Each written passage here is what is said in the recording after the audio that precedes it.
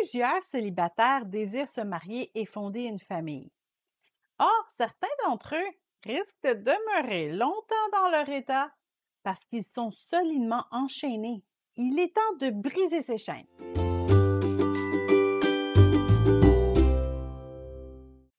Les célibataires peuvent être enchaînés de toutes sortes de manières. Mais ce qui est formidable lorsque nous sommes enfants de Dieu est que nous pouvons nous libérer de ces chaînes.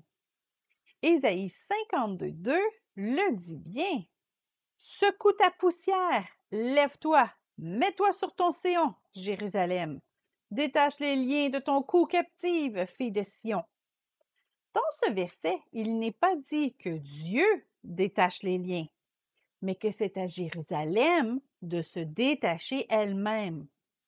Un message motivateur qui s'applique très bien à certains célibataires enchaînés par ces trois liens précis.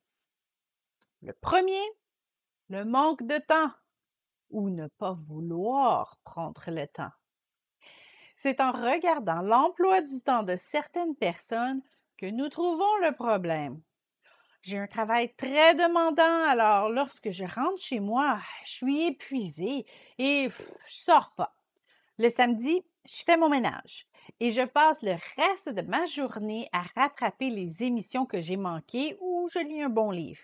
Et le dimanche, je vais à l'église et je prépare mes repas de la semaine ou je vais souper chez mes parents. Comme pour tout objectif que nous désirons atteindre, il nous faut investir du temps. Ce n'est certainement pas une surprise pour personne.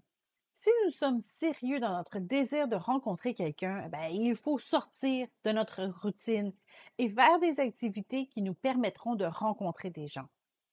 La soirée que vous consacrerez à développer des amitiés se transformera ensuite en votre soirée amoureuse avec votre partenaire et ensuite en votre soirée de couple avec votre époux ou épouse. Être en couple demande un sacrifice de notre temps et ce sacrifice commence bien avant de rencontrer la personne spéciale. Il en va de même pour tous nos objectifs. Si vous voulez vous mettre en forme, vous devrez sacrifier quelques heures par semaine pour aller au gym. Si vous voulez accomplir le plan de Dieu dans votre vie, vous devrez sacrifier quelques heures par semaine pour rechercher sa face et pour accomplir les tâches qu'il vous confie. Et il dit à un autre, « Suis-moi. » Et il répondit, « Seigneur, permets-moi d'aller d'abord ensevelir mon père. » Mais Jésus lui dit, « Laisse les morts ensevelir les morts, et toi, va annoncer le royaume de Dieu. » Combien d'opportunités manquons-nous parce que nous ne voulons pas sacrifier notre temps? 2. L'orgueil ou la gêne. Voici un autre cas très fréquent. Un célibataire se plaint à ses pasteurs. Il n'y a pas d'activité sociale pour les célibataires.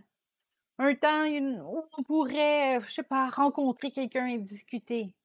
Quelques semaines plus tard, les pasteurs organisent un repas partage pour les membres non mariés de l'Église. Le célibataire en question explique son absence. « Ah non, je n'irai pas là, tout le monde va savoir que je suis célibataire et tout le monde va vouloir me parler. » Cet état porte un nom, c'est celui de l'orgueil. Désirer se marier est tout à fait légitime. Il n'y a aucune honte à être célibataire. Si vous vous inquiétez de ce que les gens vont dire, si vous voulez préserver une fausse image d'une personne parfaite qui est au contrôle de tout dans sa vie, cela démontre que vous êtes contaminé par l'orgueil. Si cela peut vous apaiser l'esprit, participez aux activités en vous disant que vous allez y aller pour faire plaisir aux organisateurs. Parce que oui, ils seront très contents de vous voir présent. Mais ne cédez pas aux tentations de l'orgueil. Après tout, c'est ce péché qui a chassé Lucifer hors de la présence de Dieu. Combien d'opportunités manquons-nous parce que nous ne voulons pas perdre la face? 3. La paresse et l'égocentrisme. Ce dernier point est généralement lié au premier. il semble devenir de plus en plus important en vieillissant. Sortir de chez soi pour aller à la rencontre d'autres célibataires demande de quitter notre zone de confort, participer à différentes activités, s'impliquer dans notre église, servir les autres, nous demande du temps et des efforts. Il y a une part de sacrifice à faire et malheureusement, plusieurs célibataires sont encore seuls parce qu'ils n'ont pas le goût de faire cet effort. C'est une chaîne qui empêche aussi plusieurs chrétiens d'entrer dans le rappel, d'être à l'endroit où Dieu voudrait les bénir.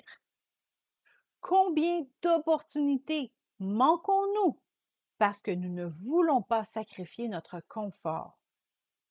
Ces trois chaînes lient plusieurs célibataires dans leur quête de l'élu, mais elles lient aussi les chrétiens dans l'appel que Dieu a mis sur leur vie. La bonne nouvelle, ces chaînes ne sont pas impossibles à briser. Tous les enfants de Dieu ont la puissance de s'en défaire. Je puis tout par celui qui me fortifie. Alors n'attendez pas, allez, libérez-vous.